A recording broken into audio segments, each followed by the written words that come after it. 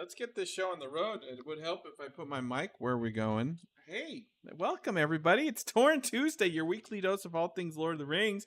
Cliff is polishing his glasses. I'm moving my mic. How are you, Clifford Broadway? I'm actually setting up my microphone right here because I have my beautiful Lord of the Rings Magic the Gathering box. And now, not only does it serve to hold my wonderful magic cards, it's actually holding my microphone. Yeah, see, everybody likes it better when I'm talking like this. Hello, welcome to Torn Tuesday. This is the ASMR version of the show. And that's Justin over there. This is Clifford right here. You are welcome to join us every week, and we're so very glad you are here. People from all around the interwebs are joining us right now from Twitch, Twitter, streaming on YouTube, Facebook, and Instagram, and you got to know these wonderful people from our Discord. They're also here, and this is the one-stop shop for all of your J.R.R. Tolkien analysis, news, and maybe a little bit of mischief. If we have a pint over in the back of the Green Dragon, we might get around to some gossip by the end of the show. We might do it. Might be time for some gossip. Hey, all things are pointing to the great success of James Gunn's relaunch of the DC cinematic universe with Superman on the big screen right now at a theater near you. Already saw it twice. And I just, I'm so excited. We've got Andy Serkis in The Batman. He'll be coming back for another Matt Reeves of The Batman. And we've got very surprising to me that there's such a cultural conversation around Superman right now, but it's such fun. What a very fun movie. And it's just next summer we're going to be so busy with season 3 of The Rings of Power. We'll be getting direct spy reports from New Zealand because they'll be filming The Hunt for Gollum over there with Weta and our friends at in the New Zealand studios. And my goodness, this summer, however, we're bringing you the Prancing Pony Club at San Diego Comic-Con. It's just 1 week away when we're getting started, and we're not going to get off the dance floor. We will just be on the dance floor the whole time. It'll be such a great time. I'm really looking forward to seeing wonderful people there, great friends of the OneRing.net. And no, is that it? Are you going to show off that amazing shirt with the glitter? Yes, there's glitter on that. Justin, roll that beautiful bean footage. Why don't you? What you got there? An extraordinary t-shirt. And the other one that he's wearing, I wish I could show off, my Rankin and Bass of the Hobbit t-shirt, but I don't have mine yet. I'm really looking forward to these exclusive shirts that will be on sale at the booth. There it is. We put up a big story on the OneRing.net announcing our shirt designs. It's a convention exclusive. The only place you can get them is is at San Diego Comic-Con, and it's just going to be a really terrific time. Are you as excited as I am, good sir, for this convention appearance? Because I'm I so am excited. overwhelmed with planning.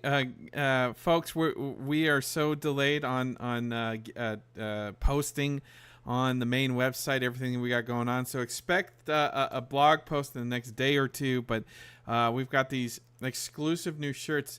I am told that this is the first time ever that the animated Hobbit movies have been officially licensed for Yes. merch. This is the first merch ever that's official because Cliff, you grew up with the animated Hobbit. There was no official toys or merch or anything. No, there was a unique paperback book, a special edition of The Hobbit that was released. Paperback Thank you, writer. Mr. Beatles man. You know what? No, there was no merch. There were no toys, no action figures.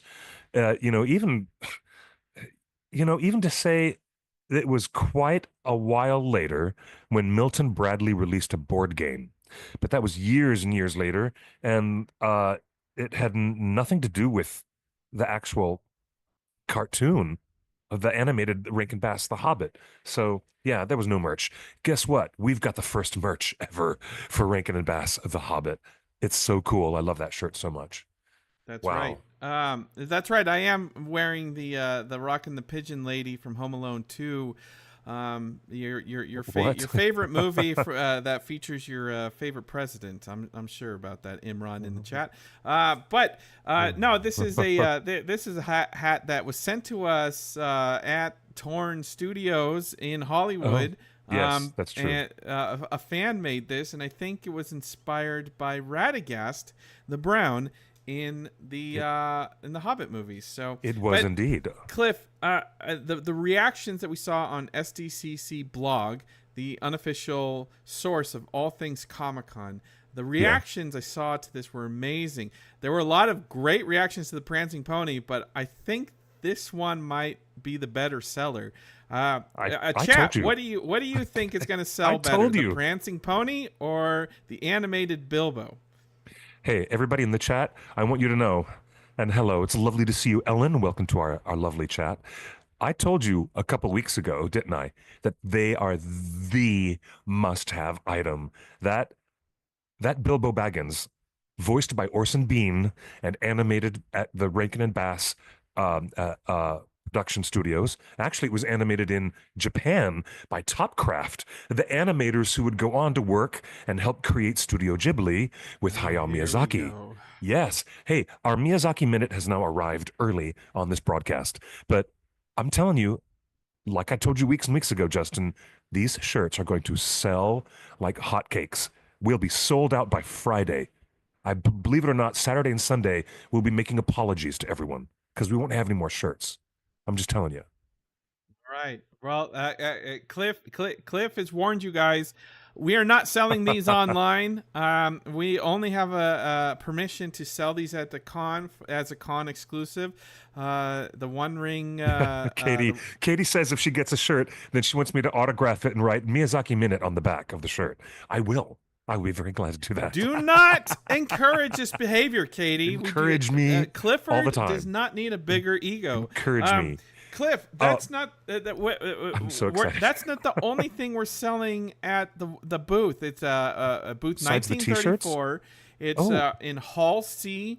It was a very good year, It 1934. was a very good year. 1934 is our booth number, and so we got Geek Orthodox, wonderful stained glass, Hobbit stained glass.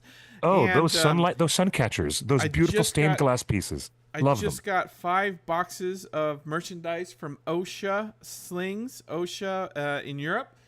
Some wonderful patterned fabric in Lord of the Rings. Wait till you see. You're gonna feel this wonderful cotton, and you're gonna buy it on the spot, and you're gonna take it home. And you're gonna sleep with it in your hotel room. I promise you. Oh my goodness gracious! The stuff we got from OSHA slings is amazing. And of course, Shire Post Mint has always been a proud supporter of the OneRing.net and everything we do at conventions. So Shire Post Mint has some wonderful officially licensed Hobbit and Lord of the Rings stuff coming. So this is just gonna be good. It starts on Wednesday the 23rd. That's next Wednesday. But we don't just have a booth, Cliff. I have been. Don't we have a mirror birdie. ball? We have. This isn't Green Dragon gossip. I'm trying to figure out what I'm allowed to say, but we can confirm. Oh my goodness. We can confirm, Cliff, that for the first time ever, first time in the history of Comic-Con, George Lucas is coming to Hall H. I know that's why you guys tune in for all of your George Lucas and Star Wars news. George Lucas is showing up on Sunday for a big Hall H panel. He's going to be joined by so exciting. Guillermo del Toro. Yes. And they're going to be talking about the museum, the brand new Lucas Arts film cinema museum. I think it has a proper name. I don't know what the name of it is, but it here is the in Lucas Museum of Narrative Art. It is a museum, the first museum dedicated to the cinematic arts. Yes. And so its main purpose is to highlight TV and cinema for the last 100 or so years that it's been going on. So George Lucas will be at Comic-Con, I'm so excited. Cliff, the reason I'm bringing this up is because we were first to report this over 7 years ago, that according to some early reports, Peter Jackson had promised to give George Lucas all of the bigatures from Lord of the Rings to display at this museum. That's true. He did. That we reported that a very long time ago. And you know what? I must say, now that I've thought about the announcement, I really wish Peter Jackson were also there in Hall H to talk about this, because he's contributing some amazing things. And I cannot tell you how impressive the bigature of the Dark Tower, Barad-dûr, when you see it in real life, because I saw it at the Te Papa National Museum in Wellington, and it's mind-blowing. It's just phenomenal. I I just I really wish that Peter Jackson was going to be there in Hall H. But then, Peter likes to walk around Hall H in a costume, and people don't know it's really him.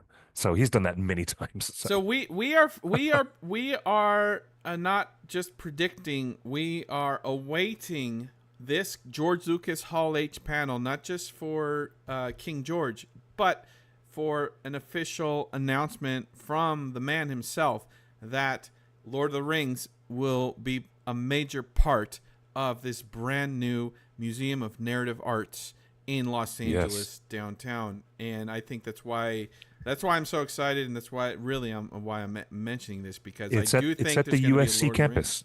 It's at the USC campus downtown, and it's changing the landscape. As you drive along the freeway and you go past these buildings, it's just incredible. So incredible. Oh my gosh. Yeah, Katie's in the chat room. Comic-Con starts next Wednesday, a week from tomorrow, and we will all be down there next Wednesday. Cliff, George Lucas isn't the only surprise guest at Comic-Con. We can now officially, let me see what I'm allowed to say. We can officially confirm that for the first time ever, not only is George Lucas attending Comic-Con, for the first time ever in the history of Comic-Con, Lord of the Rings is going to have its own booth. That's right. Its very own, not a fan table, not us as the OneRing.net, but Tolkien Enterprises will have their own booth, like a booth, with displays and everything. It's going to be so fabulous. Yeah, Middle Earth Enterprises, who is the owner and keeper of Tolkien's legacy that he sold off in 1968. So of course they're owned by Embracer, who's renaming themselves Fellowship Entertainment. I know it's a lot of confusing, but this is the first year ever that Middle Earth Enterprises is going to have their own booth. It's bigger than Torn's booth. It's supposed to be a big. You know what? I can't even say. That's all I'm allowed to say. That Middle Earth is going to have its own booth. Here's the thing. They're being very wizardy about it. Actually, not wizardy. What was Frodo's nickname? What was Frodo's name when he was under Mr. Underhill. Mr. Underhill. So they're Mr. Underhill. They're being very Mr. Underhill about this. So that was his pseudonym. His travel name, so people wouldn't know. And then Pippin was like, "Oh yeah, I know a Baggins. There's one right over there." Oh God. His alias. That's right. The alias is the word. His alias. Yes. So you will not find Middle Earth on the map or in the app. If you download the Comic-Con app and you're looking at the show floor of like, hey, what booth numbers, you will not find Middle Earth on the map. They're being very sneaky about it, Cliff. So, you know what? That's what Prime Video does. That's their routine, to keep secrets and keep the mysteries and not tell you what's really, really going on. That's what Prime Video does. So I am authorized to tell you that the Middle Earth booth is going to be in a secret location at the Dark Horse Comics booth. You will find Middle Earth at the Dark Horse Comics booth. There will be no signs. There will be no banners. There will be no music. You have to find it. And when you do, I think you're going to be pleasantly surprised. So when you open up the program guide or the guidebook that has the fold out map of the exhibit hall, you need to look for Dark Horse. That's the booth you need to look for. Dark Horse. Yeah. Dark Horse and Comics. Read into that what you will. I mean, the Dark Horse. So who is the Dark Horse of Lord of the Rings? Now that I think about it. Bill the Pony. There you go. I don't know, but I love Dark Horse comics. They're very great. Sneaky hobbitses. They're being very sneaky hobbitses. Trixie. So Middle Earth Enterprises, the first official Lord of the Rings booth ever, is going to be inside the Dark Horse booth in the middle of the show, right across the aisle from Marvel, and 2 blocks away from Star Wars, and right across the way from Lego. So it is in the middle of everything.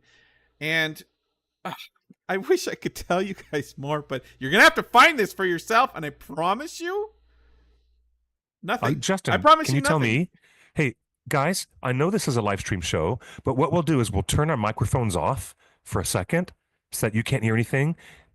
Maybe if you read lips, you might be able to tell. I Justin, can't you can tell me. Cliff, you've got loose you lips. You will sink ships. I promise. I would never sink the ship. I would never sink the ship with Halbrand and the nice old guy who had that pouch. And I would never be that evil sea serpent monster. Never. But, you can confide in me, Justin. You can go ahead and tell me. You can tell me. I want to know. Because, That's all I can say. So Middle Earth Enterprises will be at the Dark Horse booth, and you won't want to miss it. I think you're going to take a lot of photos. Thank you. Ellen in the chat has told us that Dark Horse Comics is at booth 2615. That's right, 2615. That's it, Ellen. She's on top of that. You can find a lot of details on the Comic-Con app. That's not all we have to talk about, Cliff. Let me bring this up on screen. What you doing now? You might have noticed we got a lot of questions here, Cliff, because people noticed that we have 2 panels at Comic-Con this year. That's right. Yes, we are hosting 2 panels at Comic-Con. One on Friday and one on Sunday. What's the difference? Well, I'm here to tell you what the difference is. On Friday, it's our normal One Ring fan gossip panel. What you've been used to all of these years. We're here to tell you all the latest Green Dragon gossip that we have about anything that we can get our little grubby hands on, including whispers about the new Hunt for Gollum movie, rumors from the set of Rings of Power, and maybe some other gaming stuff and some merch stuff, and Kelly has actually played Tales of the Shire, so she's going to be on the panel talking about the brand new video game that comes out July 29th, Tales of the Shire. So it's going to be a fun panel. It's on Friday, July 25th at 2:30. And the room is about the same size as last year, which I think is around 500 seats. So we're really, really excited to bring that to you. And then Sunday is a much bigger panel. Sunday at 2:15 is Middle Earth: The Adventure Ahead, and that is really exciting, Cliff, because we have Middle Earth Enterprises, we have Richard Taylor and Weta Workshop, we have Tales of the Shire, we have the creators of the brand new Brandywine Festival that just had a huge Kickstarter that is a 5-day LARP later this year. We've got the creators of Return to Moria, that wonderful multiplayer dwarf game, and a few more surprises. Middle Earth: The Adventure Ahead, that's a huge room. It's 2,000 seats. It's all on the schedule. I think you are able to go on the app and you're able to heart and like and we recommend that you like both of those panels so Comic-Con knows to keep inviting us back every year. This is very exciting. Now, all of our special guest stars will be with us on the Sunday panel, right? Yeah, Sunday That's is this exciting. real special treat panel, Cliff. I love that. And so I'm really excited for both panels, because at the Friday one, we are able to geek out a little bit more and maybe say some things we're not supposed to talk about. But on Sunday panel, we're gonna have official information that you that press people can blog about. You won't want to miss this, because I think there are going to be some cool announcements on Sunday. Yes, the last day of Comic-Con. Excellent question from the chat. Susan, it is the ever burning question. Can you reserve a seat? And the answer is... That's beyond us. That's with Comic-Con. No, we've never been able to do that. Yeah, you never have been able to do that. Comic-Con has their own policies. I believe Comic-Con has policies for people that are disabled and stuff like that. So you're gonna have to take it up with Comic-Con.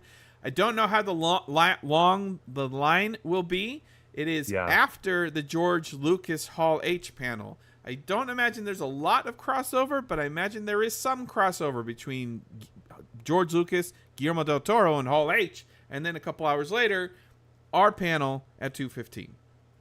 Yep. So it's very exciting. So I tell you what, it's all exciting. And Cliff, you know what? I'm gonna spoil one of the things for the Sunday panel. You better tell me all. And I know I'm only doing now. this for you, Cliff, because you keep bugging me. All right, Cliff. I'm really Cliff. I want your reaction, because I think I'm gonna on the panel. I think I'm gonna seat you right next to Peter Thiel, who's gonna tell us all about what he's doing with Palantir. I'm gonna slap you. You are not sitting me next to Peter Thiel. Oh my gosh, that's not even funny. No? And he is not going to be on that panel telling us anything about him creating an evil surveillance state and selling our personal data to other countries or to other nefarious parties. Well, it's going to be an exciting panel, I guess. No. No. It's not April 1st, Justin, so you can stop with that. Yeah, no, I'm kidding. Right now, we have no connections with Peter Thiel or Anduril Technologies or not at all. Erebor Bitcoin wallets or any of that nonsense. None of that nonsense. No. No. As far as I know, they're illegal. They're like not licensed or anything. I think they're they're bootlegging Tolkien for I sure their would like to see a weird needs. I would like to see a lawsuit really stick. One that really sticks against them using those words without licensing them. So, hey, but you really would not want to sit next to that man? Not at all. Boy, would I give him a talking down. Last one, that's a great idea. We're going to set up a boxing ring in the middle of this huge auditorium. And Cliff, you and Palmer Luckey can't fight for the trademarks of Tolkien. No. Did you see the parody of Palmer Luckey in Superman? Everybody everybody wearing the Hawaiian shirts and the khaki shorts on the beach. That was that was James Gunn. That was James Gunn poking Lucky in the eye. Oh my gosh! All the tech staff, all the tents, where the tents on the beach, is? Where the portal was, yes, and they were all. That is James Gunn poking that Lucky guy in the face. That's what that was. That is you didn't how notice he dresses. That's how he dresses. That was the point. That was the point. And these are all tech people working for Lex Luthor, so he's making.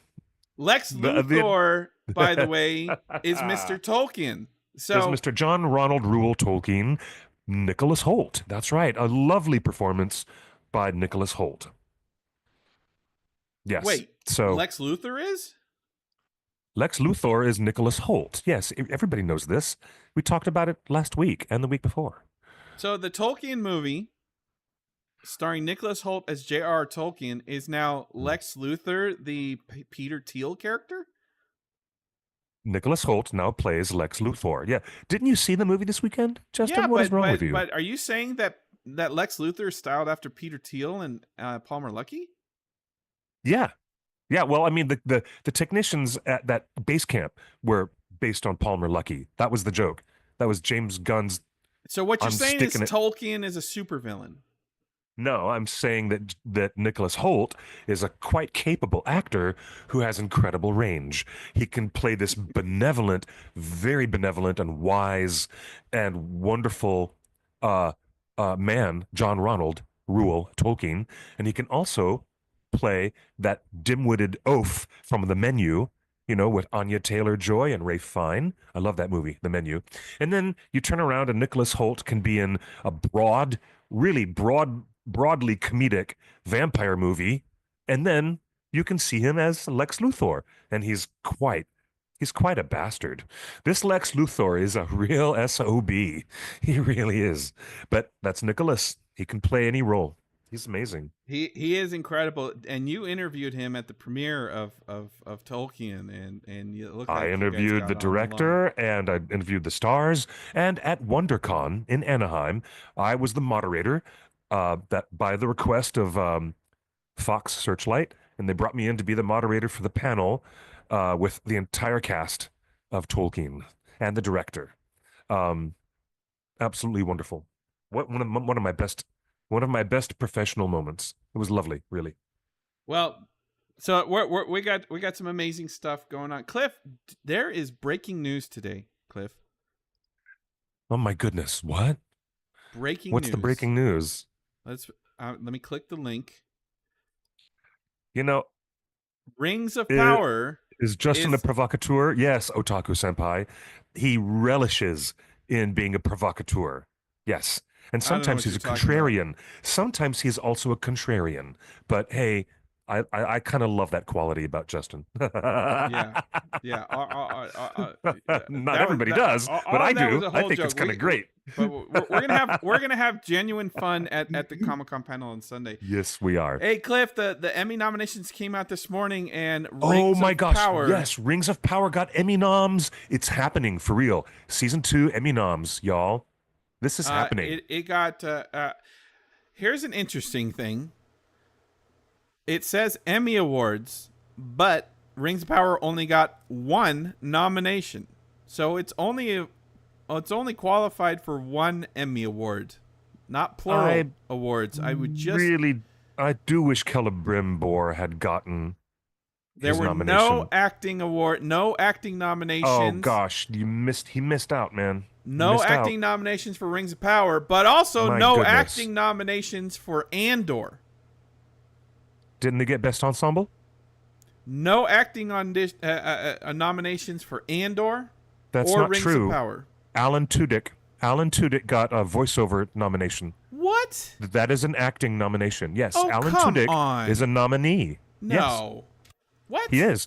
So Andor did get at least one. That's not acting. That's a voiceover. Oh, you need to step down and take a seat, sir. You're going to tell me, a voiceover guy, that voiceover is not acting? You've got to be kidding me. You've got to be kidding me. All right. No, sorry. Listen to Billy Crudup as he does the voiceover of Prince Ashitaka in that incredible film, Princess Mononoke. Tell me that Christian Bale comes in and does Howl's Moving Castle, and he's the voice of Howl, and you're going to tell me that Christian Bale is not acting? You need to take a seat. Take a seat, because I will tell you that any voice actor is an incredible performer.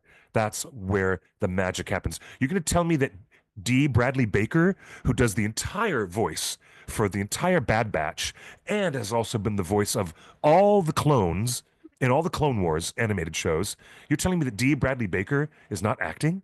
You can't get away with this. You know what? Thank you. Everyone in the chat is with me. Take a seat, Justin.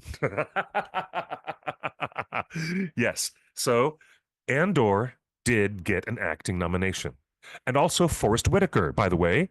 Forrest Whitaker, best guest star performance in Andor. So that's two at least 2 acting nominations from Andor.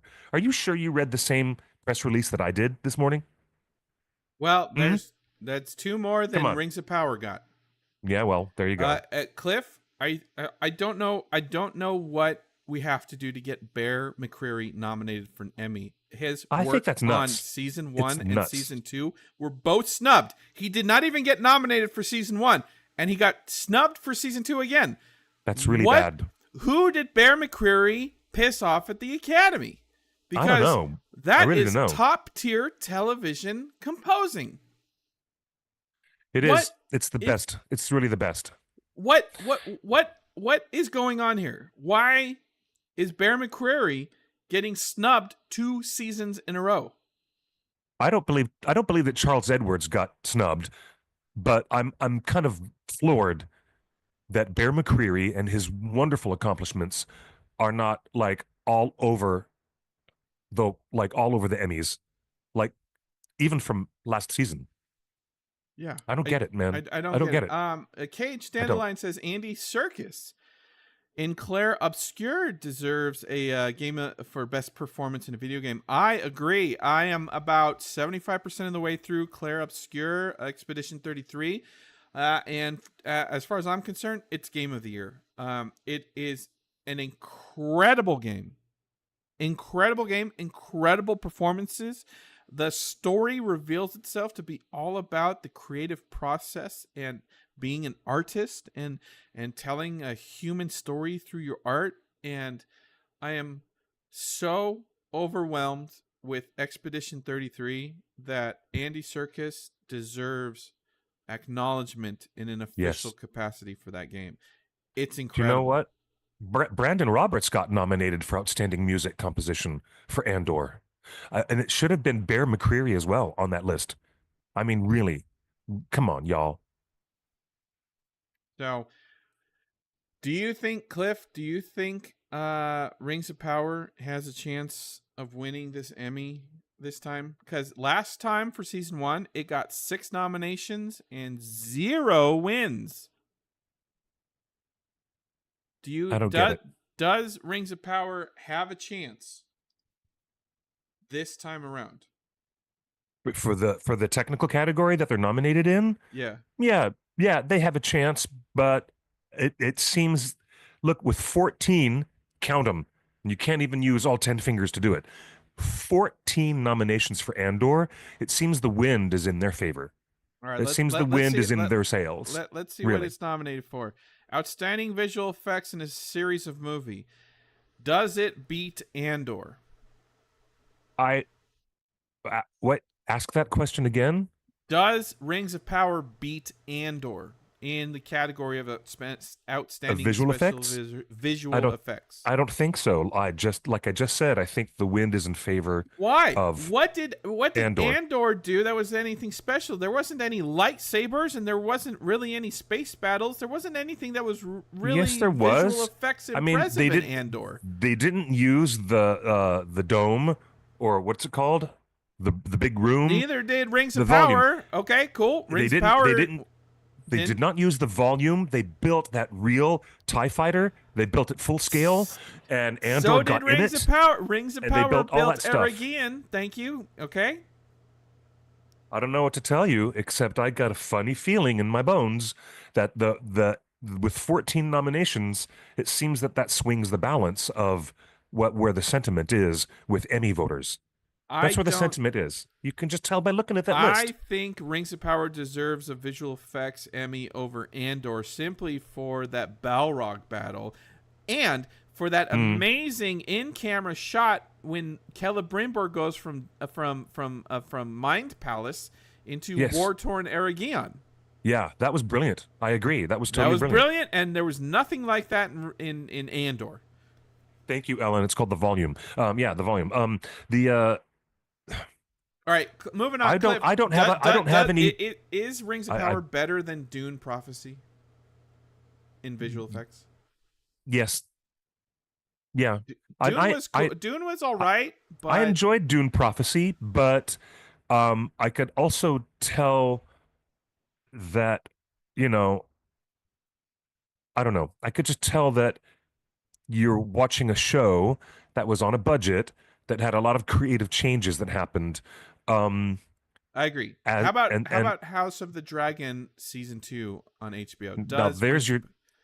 I think Andor, House of the Dragon are the biggest competition for the visual effects category does Rings of against Power Rings of Power. beat House of the Dragon season 2? Possibly. I think it does. There isn't anything in season 2 of House of the Dragon that really impressed me other than that rainy, open, wet castle. No, all the dragons were amazing. The fighting and the in the sky, the dragons attacking each other in the sky, that was great. Yeah. But the Balrog and what about Damrod I don't and what Oh about yeah, the Damrod is so Barrow cool. Wights? What about the Barrow I Wights? I don't have any skin in this game, and I don't have a You personal should. favorite. This is a I Lord of the Rings don't. show. Oh yeah, this is the Lord of the Rings show where he's kissing his mother-in-law. All right, but fine, Wow. fine, okay, but Does Rings of still, Power beat Last of Us okay. season 2? I don't know because I'm one of those really lame people who has not seen The Last of Us season two. I haven't seen it. It does. I'm It does. I'm the Season last 2 person on feels earth. like a incomplete thought. So, all right. That's where we're at. Congratulations to the hardworking. You know what? Not just the visual effects for their Emmy nomination, but I want to give a shout out to Charles Edwards and the entire acting ensemble of Rings of Power. Yeah. You guys Oh yeah. deserve recognition for what you guys are doing in Tolkien's world. You do. Yeah. Charles, They're doing great stuff. we love you. You are Celebrimbor. Yeah. You beat the odds. You brought to life a character that most people hadn't heard about, and Yeah. and we cried when your fate was sealed. Yeah. He was so brilliant. He was brilliant. I loved the two Charlies in those scenes. They were great. Charlie Vickers and Charles Edwards. They were brilliant. They were so brilliant in that. It was really good stuff. But hey, you know what? I'm shocked still at the omission, the insane glaring omission of Bear McCreary from the list of nominees. Do you have the complete list of Yeah, hold on. all music nominees? Let's look at that real quick. Music. Yeah.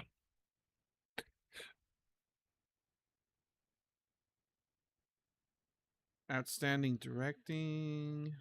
Outstanding music competition for original series. Andor, Okay.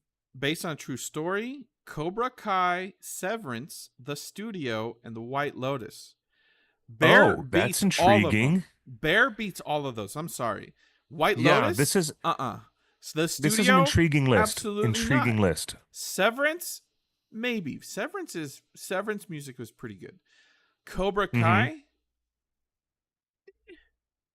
based on Nah. a true story, didn't watch it. Andor, I don't know. The music wasn't that memorable in Andor. It was to me. I love the music from Andor. Oh my gosh, are you kidding? There was a dancing rave at the Chandrilla wedding. That is That true. was so awesome. Come on. But you know what? No, the music for The White Lotus in this recent season wasn't as captivating as in previous seasons. I believe that's season 3 of The White Lotus. And Bear I Bear re- beats this whole all of this. Yeah. I'm sorry. One, Bear. 2, 3, 4. There's six nominees in this category. I cannot believe that Bear is not on it. And gosh, do you know what the fans should do? If Bear is going to be there at San Diego Comic-Con, let's get him a nice trophy. Oh, wait, and look at And this. Outstanding original music, Agatha All Along. Yeah, Andor, We Are Gold. The Ballad of the Planet. Witch's Road. Yeah, Uh, that was a great song, The Ballad of the Witch's Road. Andor, We Are the Gore chant. Yeah, and the The Andor people Boys- singing in the Boys, plaza. Let's put the Christ back in Christmas. SNL 50, Adam Sandler song, and 50 years? Oh, Will wow. and Harper Go West. I'm surprised. Adam Sandler standing there by himself with a guitar on the SNL anniversary show, and he gets a nomination, but not Bear McCreary. Somebody make it make sense. It Please doesn't make sense. make it make It does some not kind make of sense. sense. I don't get it. I don't get it. Well, uh, and it's not Amazon's fault for running a bad campaign, because they really spent a lot of money on their Emmy campaign to inform voters on the quality of the work. Cliff, you even went to Bear's Emmy concert. I did. I was there. And Didn't he tell some amazing stories? he sure did. He was very, very impressive. The man knows his music. He knows and he acknowledges the team he's working with. And it's just great. He's great. And it was so nice to see him in person. I just wish that he had gotten nominated. Oh, well, what can you do? Cliff, we have new breaking news from Prime Video. Lord of the Rings related. Tell us. I didn't send this to you. Do you want to take a guess on what this new announcement from Prime Video is? Somewhat related to Lord of the Rings? What have you got? What is it?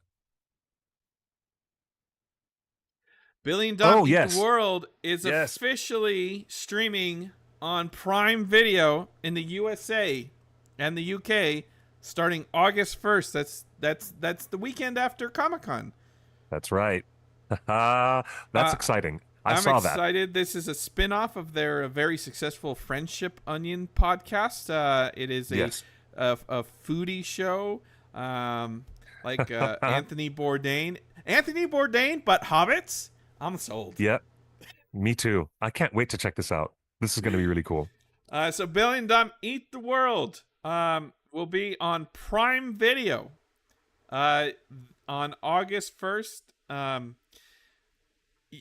Cliff, you have to admit, Prime is doing TV shows with Orlando Bloom.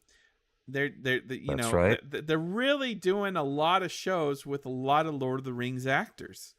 They are. That would be Carnival Row you're referring to, yes? Yeah. Right. Yeah. I haven't seen anything but clips, very brief clips from Billy and Dom Eat the World. I'm excited to see the whole damn show. I'm really down to see this. Sweet. Oh man, I should have led off with this, Cliff. I wanted to get your feedback on this. Let me see if I can bring this up full screen. What's that? So you were talking about Superman, and the head of Warner Brothers put out this interesting statement. It says, "Get Jeff Goldstein, the Warner Brothers president. What we always hoped to achieve with Superman was to regain the trust of DC fans, and they have, in fact, enthusiastically embraced our first venture into a new and exciting universe." Yes, indeed. Do you think this is what Warner Brothers also wants out of the new Lord of the Rings movies? Yeah, of course. Of course they want this is exactly what they want. They want people talking about it all the time. It's water cooler conversation. You know, the weekend is over, you're back in the office on Monday and everyone's talking about Superman. And so they want that to happen with every single Middle Earth or J.R.R. Tolkien based film that they're about to come out with.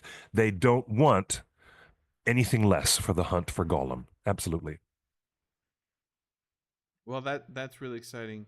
Oh man, sorry to go back and forth between the studios. This popped up in the Hobbit subreddit. Prime Video. Someone was watching Lord of the Rings on Prime Video. You can stream it, right, Cliff? Okay. But if you have closed captions turned on, that's what it says in the closed captions. Oh my gosh, that is so wrong. Oh, is this some bad AI generated caption slop? What is this? I don't know, Cliff. how does is this AI when you turn on closed captions for the Lord of the Rings Fellowship of the Ring on Prime Video? This is the closed caption for this scene, for this But sign. I don't know why there's any caption because there's no dialogue. This is that that's there's no dialogue. That's just if you're watching it and reading the captions and you are not vision impaired, if you're only hearing impaired, there's nothing wrong with your vision. You can actually read what the sign says. Why does it need to be captioned at all? This doesn't smell right. This doesn't smell right. I don't know why It's this would be only on Prime captioned. Video. It's only on the Prime Video streaming version. This is a Prime Video closed caption thing. Good gravy. I mean, I don't get it. I don't get it. Okay. Um, I have a pretty good imagination, but I cannot imagine someone sitting in a room and saying, "We need to create a caption for this sign that's being stuck on the gate." So It- now Prime this is Video, are you honey? Are you okay? now is this from an unexpected party, or is this from Fellowship of the Ring? This shot. Look at those hands. I think it's Fellowship of the Ring. No, no, I it's in the Hobbit. that's unexpected journey. This is So the yeah, yeah.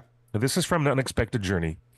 I'm pretty sure that would be Elijah Wood. Is that Elijah Wood's hands putting that Yeah, on there? it must be. Okay. Yeah. Well, there you go. Prime Video. Now, indeed, KH Dandelion in the chat has said that they put captions in text on the screen at times, especially where they're foreign languages, so you can understand.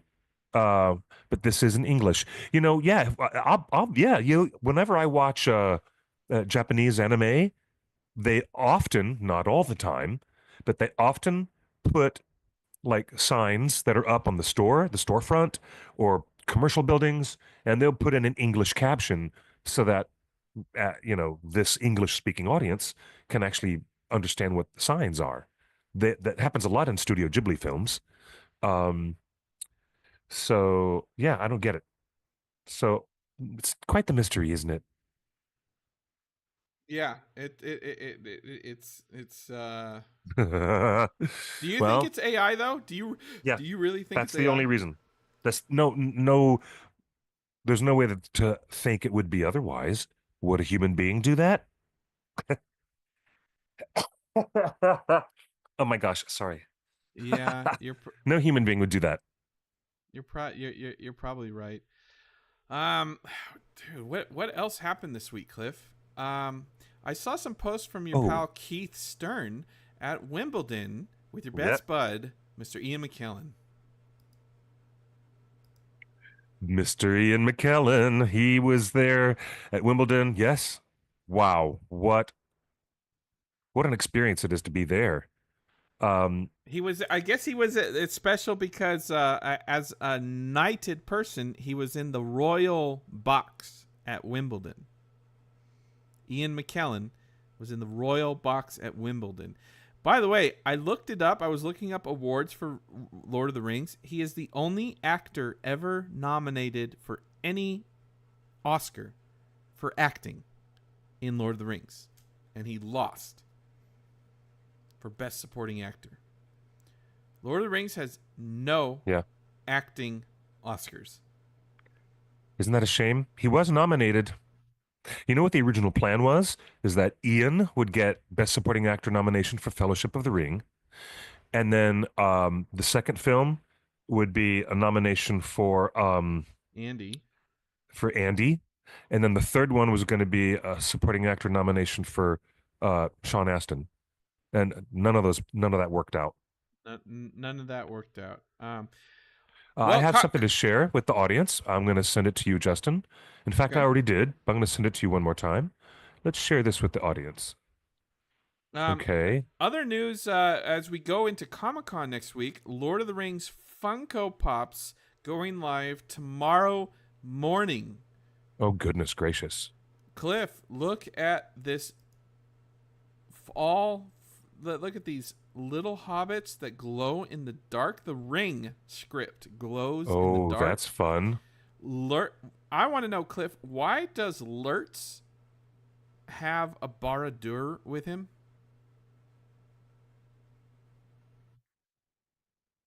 Why would they pair these two? Well, I guess he's born there, isn't it? That's his home. Now that I think about it, That's why he's from Isengard. And that that's is right. actually not Isengard, that's the Tower of Orthanc. Or think, not Barad-dûr. Yeah. You guys. Yeah, so Well, that's um fun. And yeah, then an anonymous girl, they got a million zillion Oscar nominations for everything under the sun, but the only acting nomination out of the first three Lord of the Rings films only was for Ian McKellen for Fellowship of the Ring. And there were no other acting noms for the remainder of the other Hobbit films or the remaining two Lord of the Rings films. Not at my all. question to you, Cliff: should Ralph Bakshi get a cut of the proceeds of this Funko Pop? Yes. Yep. Yeah, Ralph Bakshi and his artists should get a cut of that. They really should. Ralph, if you're watching, I feel like Yes. I feel like we should reach out and say, hey, you guys should. This is a Ralph Bakshi created setup. It is. Peter Jackson took it from Ralph Bakshi. Yes. Bakshi's art was in the studio as they were planning the shot. That's correct.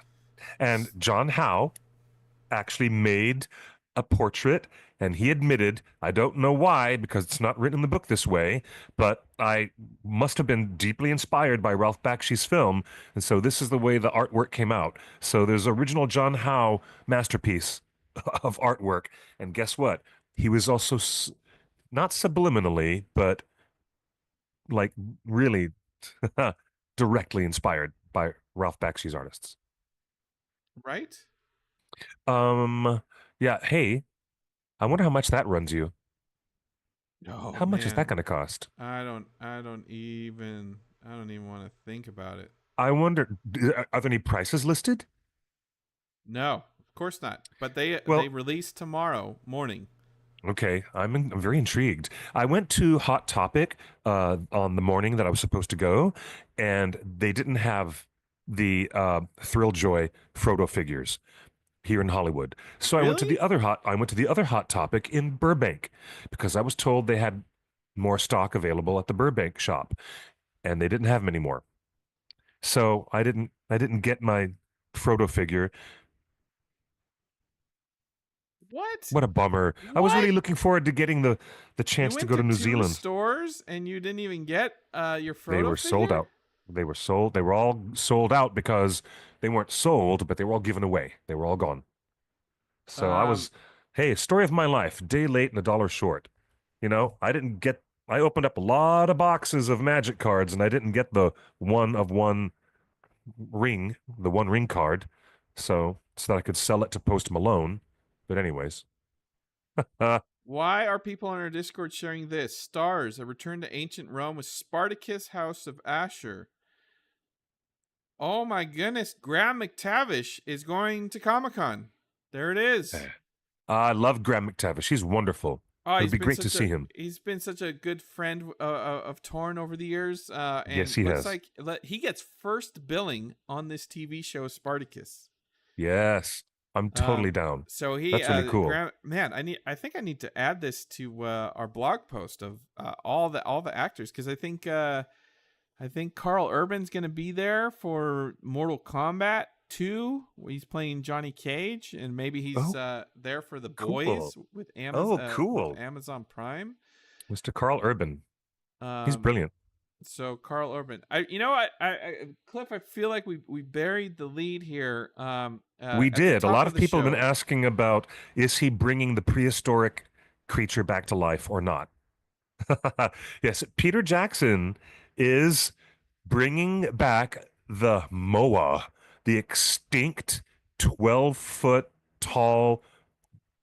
It's one of the last remaining connections in the historical record between dinosaurs and birds. And there it is. They're going to get the genes and they're going to Jurassic Park this extinct MOA bird. Absolutely bonkers. It's just bonkers. This is the exact stuff that Michael Crichton was writing about. Oh, look, there's a mosquito in amber. Hmm. Maybe that mosquito bit a dinosaur. Hmm. Maybe we can maybe we can recreate these extinct species. What is going on, Justin? Do you think this is crazy pants Uh, or what? so this company brought back the dire wolf, which was a personal interest of mine. I've always been Yeah, fascinated as a kid with the stories of the large dire wolves. In fact, one of my favorite things in LA is the saber-toothed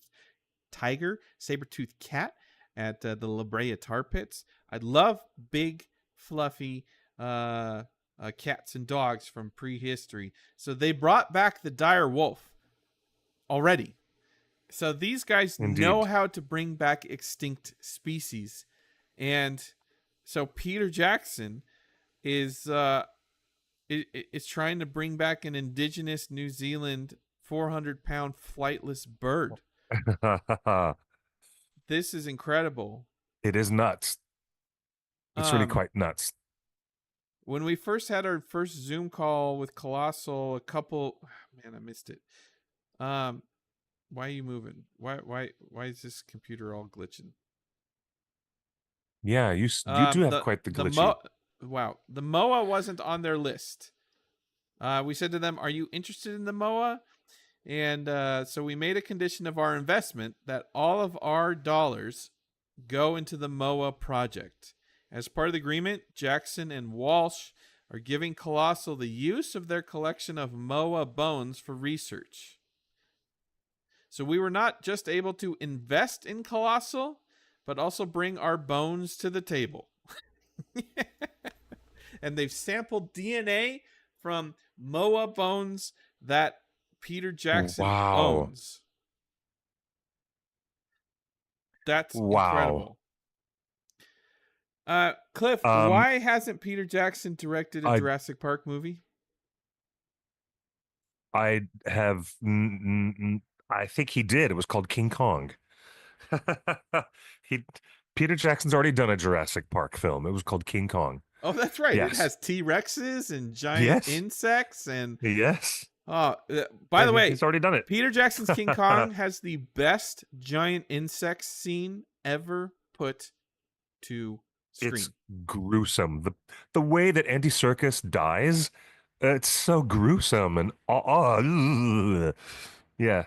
This feels like a real life Jurassic Park in the making. Who would have thought that Peter Jackson, who is a billionaire because he sold a bunch of technology a couple years ago, you remember Peter Jackson is a three x billionaire. He is literally John Hammond now. He is funding all of this research. Yes. He put his money into this company and he gave him the bones with the DNA. That's Peter right. Jackson is John Hammond. Yes, he is. Isn't that funny? I But need to hear him. I need to hear him say it. what are you I need. gonna do if you're walking around New Zealand and oh my gosh, there in the field with all the little sheep, there's a giant 12-foot moa walking around. Oh my gosh, what are you gonna do? Same thing I would do with a moose. Run. Hide. Yeah, run and hide. Absolutely. But I really need Peter Jackson to say the line, "Welcome to Jurassic Park," in his Kiwi accent. I I I'm a bit flabbergasted at the whole concept of bringing the 400-pound, 12-foot giant moa back. Justin, if you would be so kind as to do an image search for a moa, because all we're looking at is this giant claw thing that the guy's holding in the picture. Let's show the folks at home. It looks like an emu. Yeah, it looks like a giant emu. Let's show the folks at home what the moa looked like, or what scientists believe it might have looked like. My gosh, look at the size of that thing. Oh, it's so new that there I believe there are real life photos. Are there any photos of it before it went extinct? No, there's just an artist rendering. Oh, Oh, reconstruction of a MOA hunt. wow. Look at that. Look at that. That's crazy pants. It's just a giant ostrich. How But, am I and you supposed to know, get scared about that? It's just a giant turkey. it's a dinosaur. That is what's left of dinosaurs. That's what they became. It But looks like a giant turkey. hey, during the seventh in the chat says, lol, what would they feed it? I wonder what Moas ate. I wonder what they used to eat. Grain, seed, grass. Insects? Who knows? Do you think Peter Jackson might be a secret surprise show up at George Lucas's panel? Yes. Yes, I would be thrilling. I think if Peter Jackson wants to, he'll run around in a you know a court jester's costume like he did one year, and no one would know it was him. And he could go around the whole exhibit hall and see everything he wanted to see. No one would know. Other Peter Jackson news today. Peter Jackson is working on 3 screenplays right now. Oh, Cliff. that's good. He has not directed a feature film in over 10 years. It's been That's nearly true. 12 years since the Hobbit movies, and he hasn't That's right. directed anything since the Hobbit. And he didn't direct Mortal Engines. He is He not. Yeah. he didn't direct Mortal Engines. So the last thing he did was And Battle of the he's Five not Armies. directing Hunt for Gollum. That is Andy Serkis. That is true. That is true. Peter Jackson 3 screenplays, huh? says he's working on 3 screenplays. Do you think those 3 screenplays are a new Lord of the Rings trilogy? Gosh, I don't know what to think. Do you want a new Lord of the Rings trilogy?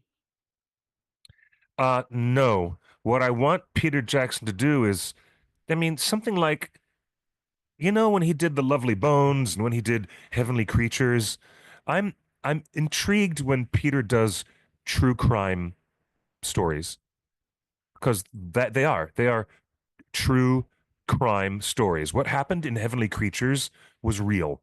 That was a true story. And I think Lovely Bones is fiction. It was not based on a real crime, but it really felt like, you know, um, a kind of spooky, otherworldly take on a crime thriller. Um, I'm intrigued when Peter does crime. I don't know why exactly. I've seen him do lots and lots of sword and sorcery, and we've seen him do lots of big giant creatures and King Kong, and we've seen him do The Frighteners, which is a jolly good film. I love The Frighteners. But Cliff, But this I want to I IndieWire want to says I the want to see something more like District Heavenly 9 Creatures. I don't. Hmm. This guy. This article says the District 9 director. He didn't direct District 9. That was He- Neil Blomkamp. Yeah, he did not direct. Yeah, Neil Blomkamp. Yeah, that was Neil Blomkamp who was the director of District 9. Come on. And You the could only do better and than the this, only reason IndieWire. District 9 exists is because Neil Blomkamp and Peter Jackson were trying to make a Halo movie, and they worked together to make a 20-minute pitch for the Halo movie. And then when they did not win the Halo rights, they took all of that creative design and made District 9. Funny how that works, right? I think that's Guillermo del Toro's entire career.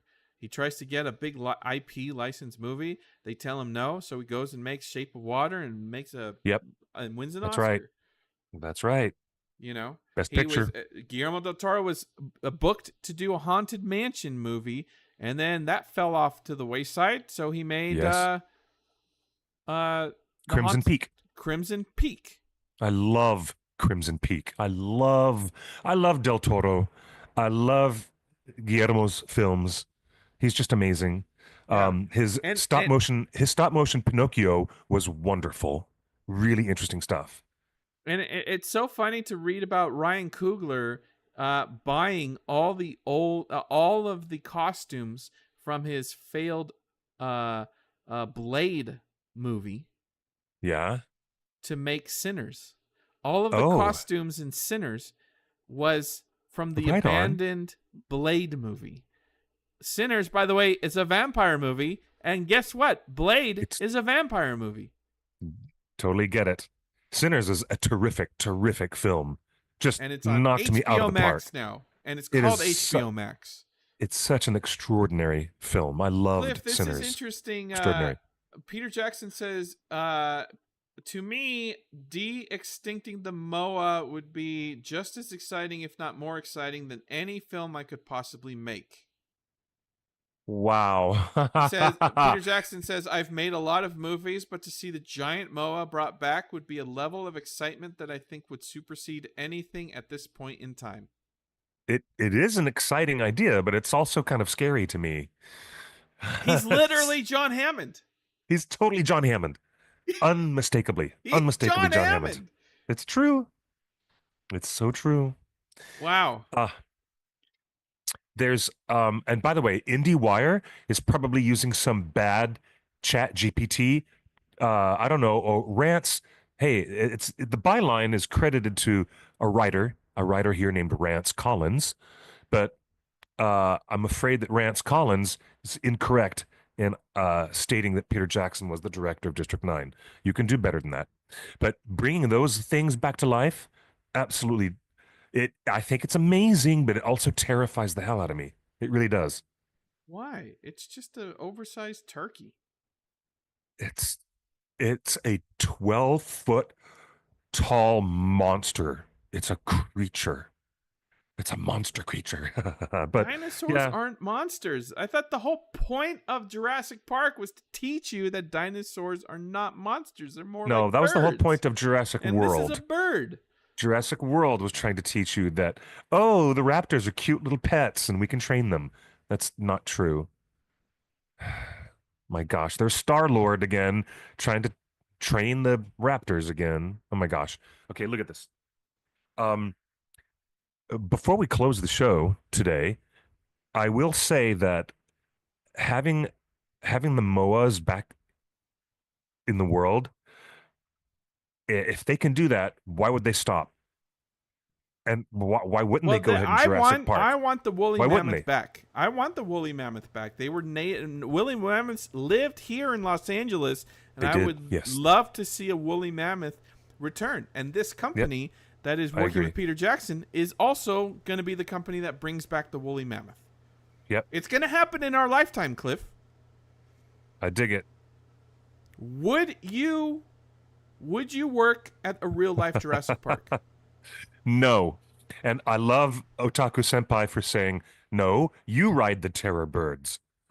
I'm not riding the terror birds. You get a saddle on that thing, Justin, and you can ride the MOA all the way to Auckland and back. I'm telling you that Michael Crichton wrote that story for a reason.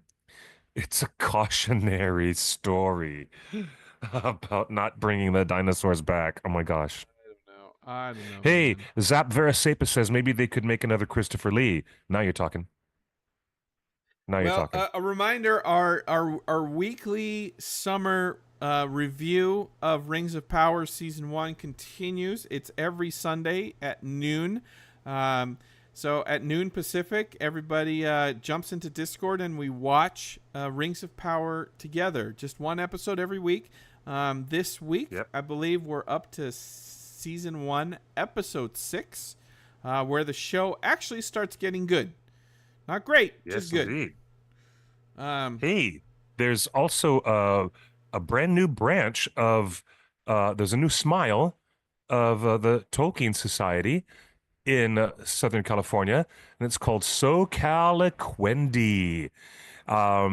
They are officially...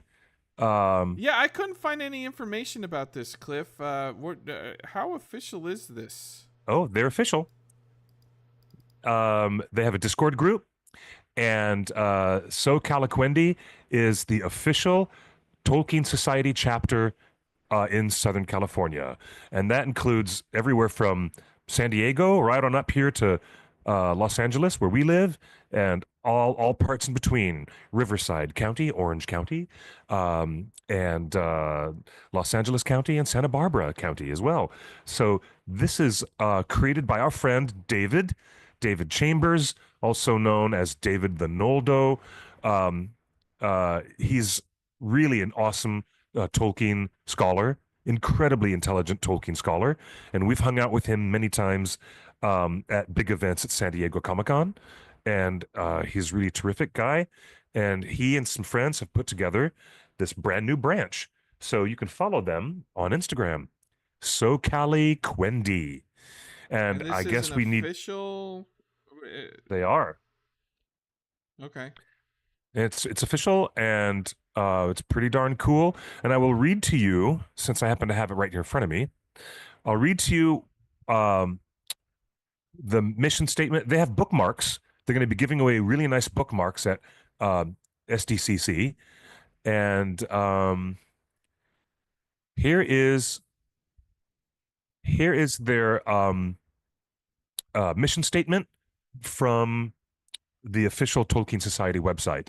The So Cali Quendi Smile is a collective of Tolkien fans from all walks of life and backgrounds, from casual enjoyers to academics, located in Southern California, from San Diego to LA and everywhere in between. Our goal is to promote the enjoyment, exploration, and study of the life and work of J.R.R. Tolkien, while also being an inclusive and safe community for marginalized peoples to do so. We aim to find and connect fans old and new to the international fandom of Tolkien via their local communities. And we do this by hosting virtual and in-person Tolkien-related activities and events, like, but not limited to, Tolkien book clubs and readings, virtual and in-person discussions, trivia contests, Tolkien-related holiday celebrations, the Tolkien Toast, the Tolkien Reading Day, the Gates of Summer, Bilbo and Frodo's birthday, Durin's Day, etc., and even hosting cosplay contests. So that's their official statement from the website, and it's pretty cool. And congratulations to David and his other volunteers for putting that together. Sweet. We'll see him at Comic-Con, I'm Yes, sure. we sure will. We'll see them all at Comic-Con. Well, Great Comic-Con's people. going to be amazing, folks. Again, we're really excited to have some amazing merch. By the way, all this stuff is officially licensed. No bootlegs here. And you won't believe this, but Daniel Falconer from Weta designed this shirt. Yes, but we colored it pink. Love him. We colored it pink. And Cliff, he texted me this afternoon and said his kids absolutely adore Chapel Roan and they love this shirt. So we're really excited to that Daniel Falconer's kids are very excited. Isn't that great? So we're going to see you all at Comic-Con this week. Cliff, a programming note you may have seen on the title of this podcast. It is episode 699. My goodness.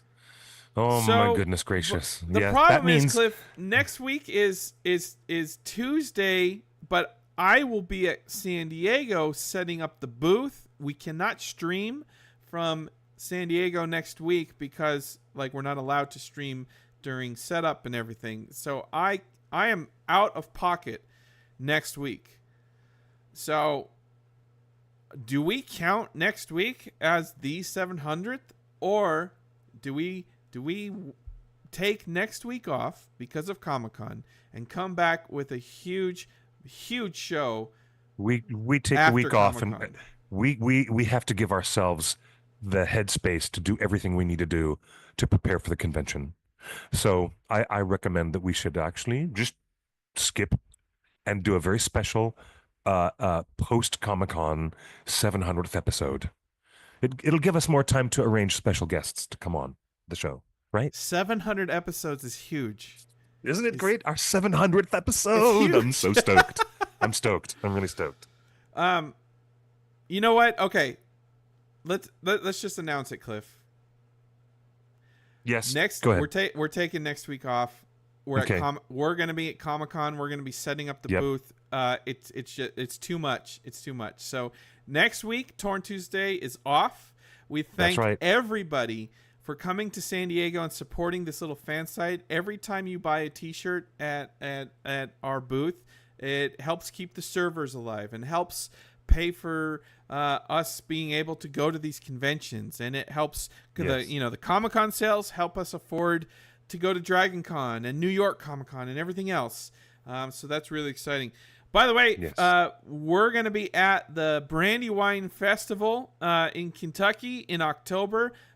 Jim Wirt, Mad Eye Gamgee, and his wonderful wife are going to be there to preach the gospel of Tolkien and talk Tolkien Fabulous. with everybody and Oh, that'll geek be out fabulous. about all things The One Ring. So that is really exciting.